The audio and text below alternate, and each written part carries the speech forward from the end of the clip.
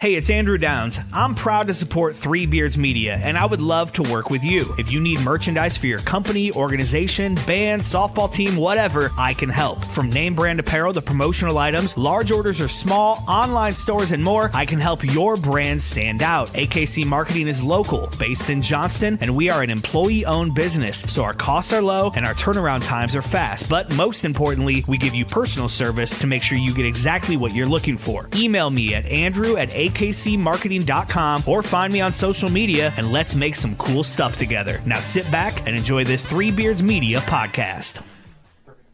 This Three Beards Media podcast may contain mature themes, and if you're not down with that, we got 3 words for you. Like the podcast. Nailed it! Would you like to sample some of my nuts?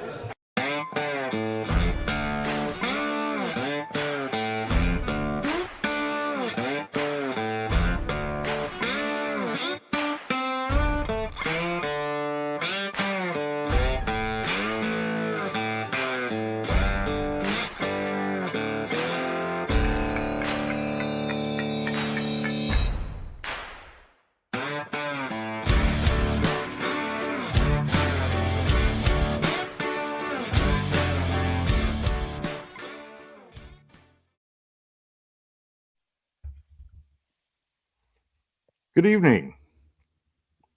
Welcome to Old Man Strength, kind of. As you can see, we're not old men today. This is an experimental episode of our new show that was a concept that Amy came up with over the summer, maybe with some help while people were drinking and barbecuing and whatnot. So that's why Amy's here with me. The best ideas come when you're drinking. Yeah, for sure. Yeah. So Amy, why don't you tell us, kind of the concept of the show, and then we'll get into it. So my idea was, after hearing Chris and all of his terrible takes all the time, I felt like we needed to judge them, obviously. So we're going to have on every episode, there will be someone who gives us their hot take. They'll defend it. And then we have judges who are going to ask them questions and tell them whether it's a flame or a shame. Just whether their hot take is good or bad. So I'm excited for it. I think it'll be fun. Yeah, me too. I think it can be fun. So tonight we're doing our first episode, so bear with us a little bit on this as we kind of, work out some of the kinks and how we're going to do this ultimately, and that's why we're trialing it out here. If you are watching online, please comment if you're having a good time and let us know if you like the idea, and so we can, ultimately make it its own show at some point. And if you think you've got an idea after watching this, make sure you reach out to us. We're looking for community involvement here long term, whether that's being a judge or having an argument you want to present. We're open to having anybody and everybody come on and participate. So Chris is working behind the scenes tonight, so you don't have to listen to him. For those of you that are happy about that, round of applause. Yeah.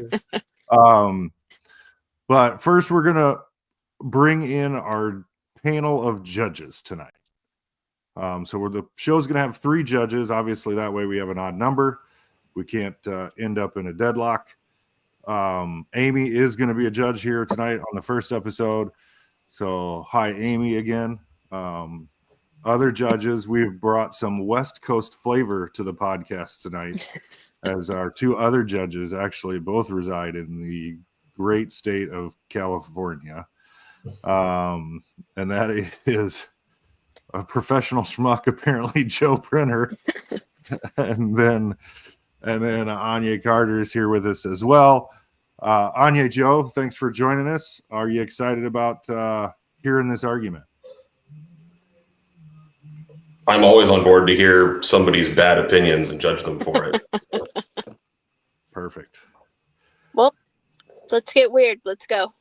All right. Well, we have a person who is also known for his bad opinions as our first plaintiff. If you ever listen to me and Tim Johnson. He was our co-host on Bitter Units. Let's welcome our plaintiff, JT Nutt, to the show. Surprised you didn't go with the weird, because I'm way more weird than I have that hot takes. Like, I am awkward, bro, like all the time. Well, yes, but that's not the point of the show. So I was being That's fair. I appreciate that. So I'm glad to be a part of this. So, like, yeah, nice to see Anya and Joe for a while. I haven't seen Aaron in a while, and yeah, nice to be part of here with Amy, who I don't think we've ever done anything podcast wise together. I don't think so. Probably is not. new. So yeah. Yeah. So, maiden voyage. Let's go. Yeah. All right. So, so JT, just to walk you through it, right? You're going to have 5 minutes to make your argument. Okay. There won't be necessarily any interruptions or anything like that. So you think of it as your, if you were a lawyer, this is your closing argument, right? You're giving it to them, trying to sway the jury here, the judges. So you got 5 minutes to do that. Once that's over, we're going to go take our commercial break because we do have sponsors that want to give us money. So we're going to continue to do that. And then we'll do a Q&A for the judges to ask the plaintiff questions if they want to help make up their minds. That'll be 5 or 10 minutes. And then, JT, we're going to drop you out of the pod while the judges deliberate, and then bring you back in once they've reached their decision. And the catch is, which I didn't tell you about, is if you win your argument, great, you get nothing. If you lose your argument, you have to abide by that ruling for 30 days. You have to be the opposite of whatever your opinion is. So for 30 days, you just have to be like, yep, I agree, even if it's something you totally don't agree with. That won't happen, but that's fine. Okay. Okay. Well, that's some good confidence. So, all right, JT, I'm going to turn it over to you. You tell us what your topic is and then start in on your argument. I, with all of my soul, all of my being, hate artificial intelligence. AI art's fucking terrible. I've seen the same picture of the crying kid with the toys got and the mom and the dad and the grandma like flipping them off 8 million freaking times. It's awful. There's just nothing good about AI. Like, there's also the ads where they're like, hey, I need to condense this like report so I can make my boss happy with what I did. It's like, just do your fucking job. Like, have to report, do it. It's fine. Like, I understand, like, with freaking like spell check and all that, like, you misspell something, it gives you an answer. What was that? Okay, there we go. You get the spell check, which helps you out because, like, hey, maybe you misspelled this word. It's okay. That's fine. Like, it's helping you out. Like, but like for me, artificial intelligence, the art looks like shit. Like, I'm part of shocking 1 million cat groups in Facebook where it's like, no, this isn't a real picture. And you have all these people talking like, oh my God, this poor soul. It's like, no, that cat and the crying rain, like, does not exist. It's lazy. It's stupid. It's terrible. Like, when we went through the revolution where we got rid of, like, all the jobs for the assembly line, replacing robots, like, that's fine. But eventually you're going to replace, like, not only just, like, the art jobs, but actually, like, people who have to write things and decide things like, no, we'll just have artificial intelligence do it. It's awful. It's not good. It's lazy. Like, we all thought that we would lose the world in AI with the, like, Terminator shit and all that. But, like, AI is awful. It's lazy. People are like, oh, it's fine. Like, no. If I just put a bunch of numbers in a website and gives me a picture of, like, Santa Claus, it's like, but no. Like, there's a podcast I subscribe to called Behind the Bastards, which is really good. Talks about how AI is coming for your children, where there's, like, coloring books for kids with dinosaurs, where dinosaurs weren't even real. Like, they had, like, 6 figures and all that. Like, it's just awful. It's lazy. It's like, it's just so bad and no one cares because, well, if we all don't get the end result, it doesn't matter. Like, no, it does matter because eventually you're going to replace all these AI people with artists and writers and underwriters. And just like, eventually it's going to be like, everything's going to be erased by the AI art because it's easy and it's free. It's like, but it's not good. It's factually bad. if you just pay attention for a little bit, it's so bad, but no one wants to do that because at the end of the day, it doesn't matter to them. Okay. That's it. That's all you got. You got like 2 minutes left if you want them. Any other important points? It's okay just if you don't. Like I understand algorithms and all that for like Facebook and Twitter. I refuse to call it X because fuck Elon Musk. But at the end, I understand okay, we can make it simpler by implying a little bit of helping out with this and that. But AI is just legit okay, I get a report due tomorrow, or I get a report due today. I'm supposed to give my presentation on how we can make this job better. It's no, just program it in, hit enter, and it does it. That's nothing. There's literally nothing. That's literally, you're absolutely doing nothing. If you want to have some help with some suggestions of what you should do, fine. Okay, that's great. I don't understand what it should do here, so I'll give you this idea and you could expand on it. Okay. But to just actually just type text into some website, hit enter, and call that work, that's fucking bullshit. That's absolute fucking bullshit. There's a bunch of people who do their jobs and do them well and try that really hard. And they don't always do what they want to do, but there's the effort there. And there's just not oh, I did it. Go, job well done. It's literally, to me, it's when you're in college, you have group projects and the person who shows up who did nothing and they get credit for everything. That's AI to me. You literally did nothing for months and months and months or weeks and weeks and weeks on the project. You showed up, you hit enter, and now all of a sudden you're the king. It's bullshit. So there we go. All right. Well, we're going to take a quick commercial break to hear from our sponsor. Then we're going to come back with some Q&A. So I'm sure the judges may have some questions. And we'll come back with that in just a minute. Making great tasting bourbon requires the perfect combination of ingredients, conditions, and time. The longer it rests, the better it tastes. Revelton Distillery's new single barrel bourbon is made from 80% corn, sourced 100% from Iowa farmers. And unlike mass-produced bourbons, each barrel of Revelton's single barrel bourbon is unique, proofed on when it tastes best. As they like to say, it'll be ready when it's ready. And to ensure the highest standards of quality and flavor, owners Rob and Christy Taylor oversee the production and bottling. Every single barrel. Iowa born, Iowa aged, Iowa bottled. Try the new single barrel bourbon from Iowa's own Revelton Distillery. ReveltonDistillery.com.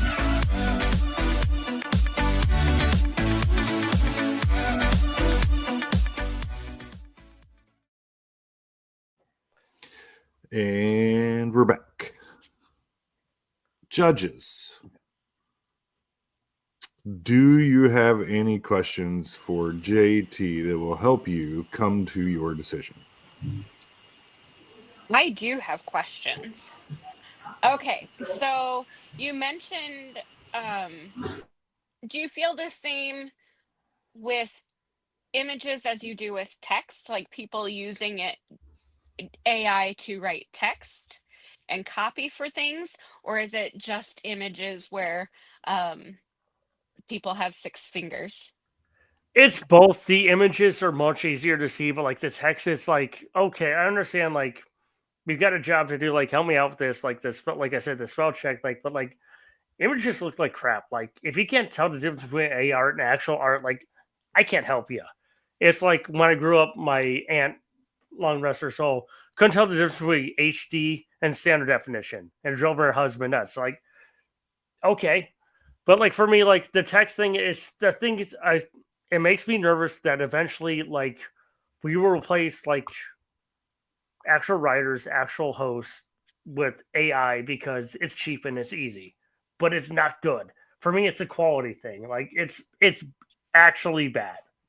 Yeah. Sorry, kind of got my time. That's what it's for. Okay. So my other question, so your problems with it are just the laziness of it and the do you have issues with the accuracy or or the environmental issues that go along with it? It's lazy, impactful bullshit. Okay. To be honest, honestly, it's lazy. It's like, oh, I could have done this, or I could just enter something and it's done. So. Sorry, that was a little abrupt. No. Those are my questions. Joe, Anya, any questions for JT?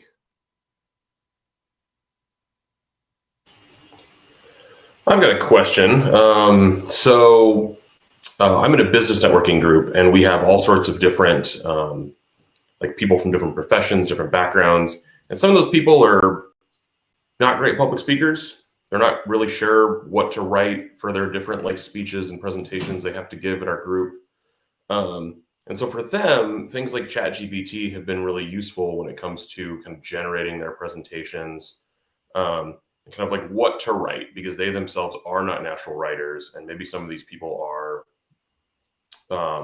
small-time entrepreneurs just getting started. So they can't really hire a writing coach. They can't hire someone to write speeches for them. How would you say your opinion kind of meshes with, AI-based writing kind of filling a bit of a need there as regards to those people who might kind of need the extra help because they just aren't that creative? I'd say you could lean on the people you work with. So hey, I'm not good at this. Can you look at this speech? Help me out. What do I need to do here? How can I make this better? Actually talk to actual people who are yeah, I like this, but think about this. Why are you saying this? Because that, okay, maybe think about this. Yeah. I was going to say, I understand, ChatGPT makes it easier, but actually talking to a human being to, hey, I see what you're trying to say here. Maybe this is the way we could do it. Maybe you can figure it out. Yeah, that's how I would say. Okay. Anybody else? Going once? Twice? 3 times a lady. Oh, wait, no. No. All right. Well, very well. We're going to take another quick commercial break then. JT, we're going to drop you out and not bring you back after that for a second and let the judges deliberate, and then we'll bring you back. All right. So here's a commercial. When energy meets precision, anything is possible.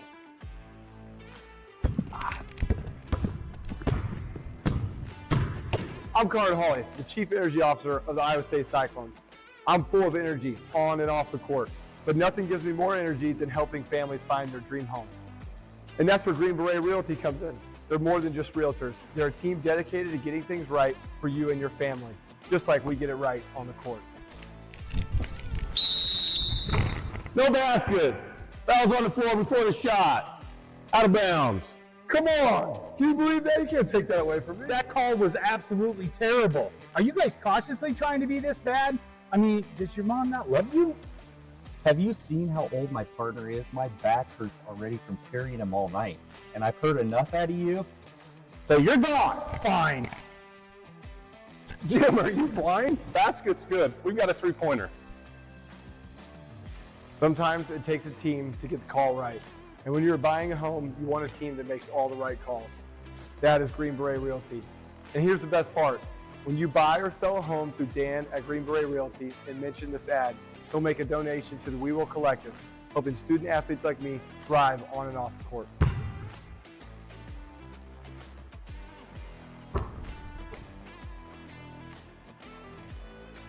That call's so easy, even we can make it.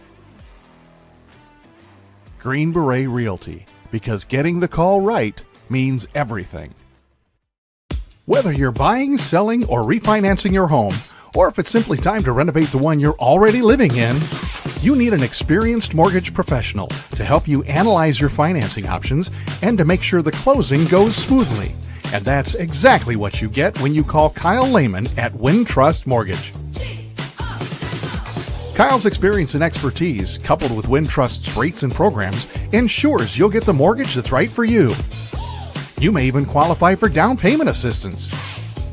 Before you reach out to a realtor, call Kyle and get pre-qualified, empowering you to start shopping for the home of your dreams. Call Kyle at 515-473-0546. Kyle Lehman Wintrust Mortgage, 515-473-0546. All right, and we're back. We've got our judges here to deliberate. I think Anya must be on her private jet. She's had a little internet issue here and there. But she's back for the deliberation here. All right, judges.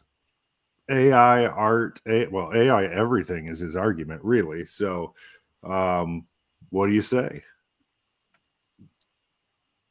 I thought he made good points, because it does. I mean, you do see a lot of images that are made with AI that just are wrong and inaccurate. And for that matter, you see a lot of, not a lot, but I've seen text that's wrong too. Like if you ask ChatGPT who Caitlin Clark played for, it says Iowa State, which is just wrong because she played for the better team in the state of Iowa. But anyway, I'm a little biased on that. So I thought he made some good points, but the time that we're in, it's also very useful as long as people know how to use it. And I don't think you really touched on that, but yeah, you can ask people like you said, but that's not always a possibility. So what do you guys think?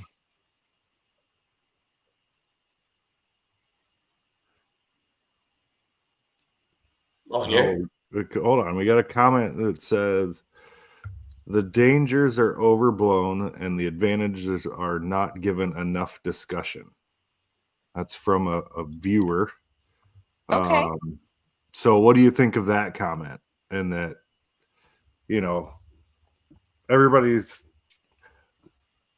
there's a cycle of change, right? If you've ever been in a corporate bullshit meeting, the cycle of change, right? Which it is true in that it does come that way.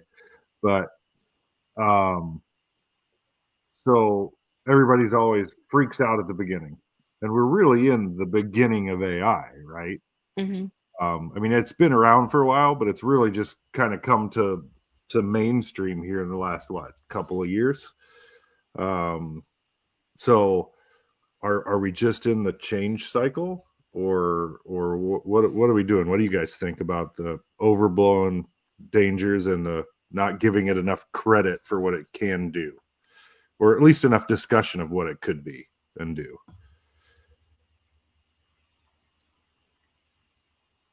I mean, I would say that it's a good. Oh, sorry. Go ahead. No, go ahead.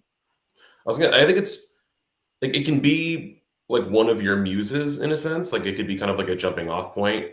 It's kind of a digital or kind of personal sounding board that you could use. I think the real danger comes in with people who are generating AI content or AI generated content, whether it's music or art or text, whatever it is, and trying to pass it off as the real McCoy. And like that's where we kind of run this like on YouTube, right? If you put up AI generated content or Instagram, you're supposed to like flag it as AI generated, but not everybody does. And so you go looking for something and you're like, oh, this is this cool new artist or something. And then you're like, oh, it's actually it's AI. And I think that's kind of the slippery slope that we run into. It's a powerful tool, but I think people are trying to use it as like the end result, and really it just needs to be a stepping stone onto your finished product. Joe, is your beard AI? Fuck no, buddy. Oh, I didn't ask. Can we do that on this podcast? I don't know if I could get through a whole podcast episode without saying the word fuck. So, oh, great. Yeah. Yeah. Wait, you didn't hear JD say it about 60 times during his argument? Well, I wasn't sure if we as the judges were supposed to be a little bit. Well, this is a kangaroo court, buddy. No, all right. Anya, anything to add to that discussion? Now that you're on the tarmac. Yeah, I'm off my private jet now. So I think the unknown is always scary. And you can say that the unknown is danger. Two things can be true at the same time. It can be really exciting, the advancements that could happen, but there's still a ton of unknown and unknown consequences of applying AI to certain things. Especially if you look at something like healthcare or benefits or just implementing that as your customer service. So I think I listened to a podcast on Pablo Torre Finds Out about the most popular artists on Spotify. And it was basically this guy who just makes AI songs and he just floods the market. And so he's used to become the most popular artist on Spotify. So just hey, if that's your game, that's your game. But is that the best use of AI? Is that the best use to game the system? I'm not sure.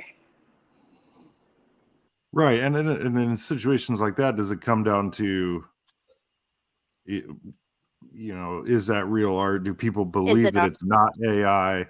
Yeah. How do we educate people on what is and isn't AI? How do you pick out the differences? With the images, it's sometimes very apparent.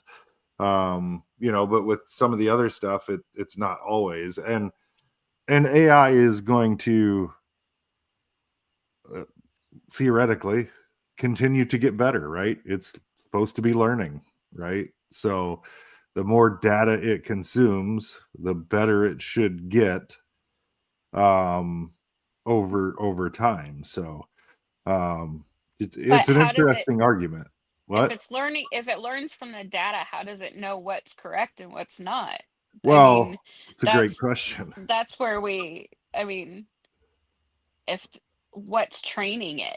And I think that's where we get a danger too, is people accept it as gospel truth and it was trained is it reading incorrectly. Wikipedia and believing all of the Wikipedia entries? How many times have you worked with someone who thought they knew what they were doing, but they really did not? And if that's the person who's training the AI to do a certain or talk about a certain thing, then it's not gonna work. So I think there's some danger in it there too. But as long as you're going to I don't think it's awful and I don't think it's the worst thing ever, but it can get you started on things, like Joe said, a jumping off point. But that's fair. All right. Are you guys individually, do you have a decision on whether AI sucks or AI does not suck? I guess it will be the ruling, right? We need to have 2 out of 3 of you to get an opinion here. Are you ready to make a ruling? In its current form? I mean, it's all we got to work with. Yeah. I think it sucks. Yeah, in its current form, I think it sucks. Oh, well, that's 2 sucks. Even though I do use it, I'll admit that. I use it, but I use it to get started on something. I don't use it. This is basically like exclusively. The court saying, porn when you see it. You basically brought it to that. I use it, but I don't know if anyone should still know I use it. Right. Porn actually accomplishes something, though. Joe, well, for the sake of the record, though, Joe, does it suck? I wholeheartly agree with JT. Okay. So we have a clean sweep in our first episode of Flame or Shame. So I guess JT gets to flame on about AI sucking. So, but can we reserve the right to revisit this in a year? Yes. Yeah, I think so. I think absolutely yes. Year? In a year, we revisit it and see if it made any advancements in a year. I would just think AI would take over this episode, right? Like, that's true. If I show up in the next episode with a full head of hair, it's AI. Okay. I'm going to mail you a wig just so we can mess with people. So, all right. Well, that's our first episode. JT survives to flame on another day. I was really hoping we could get people to like make him say AI was great for the next month, but that didn't happen. Yeah. So a year from now, we'll revisit and maybe he'll have to say it then. I mean, if we want an opportunity to bag on JT, like I would just say that I think he kind of there are plenty. I think there are 100,000. Yeah. You just kind of sissied out by taking in like an easy topic. Like I think all of us were good. Easy topic. I was gonna do flights just to troll you, but I didn't. So we've already been on a podcast where I lampoon your opinion about flights. We don't need to revisit that. But I didn't get to go to 515 Bruin to bring home a flight tonight, so I didn't do it. So like, yeah, I was going to fly the same 4 beers, but like, yeah. Okay, well, that has been our first episode of Flame or Shame. Please let us know on Twitter or Insta or Facebook or Blue Sky or Blue Sky, or is there any other stupid social media sites that I'm not thinking of right now? If you like the episode, if you have an idea of something that you want to present,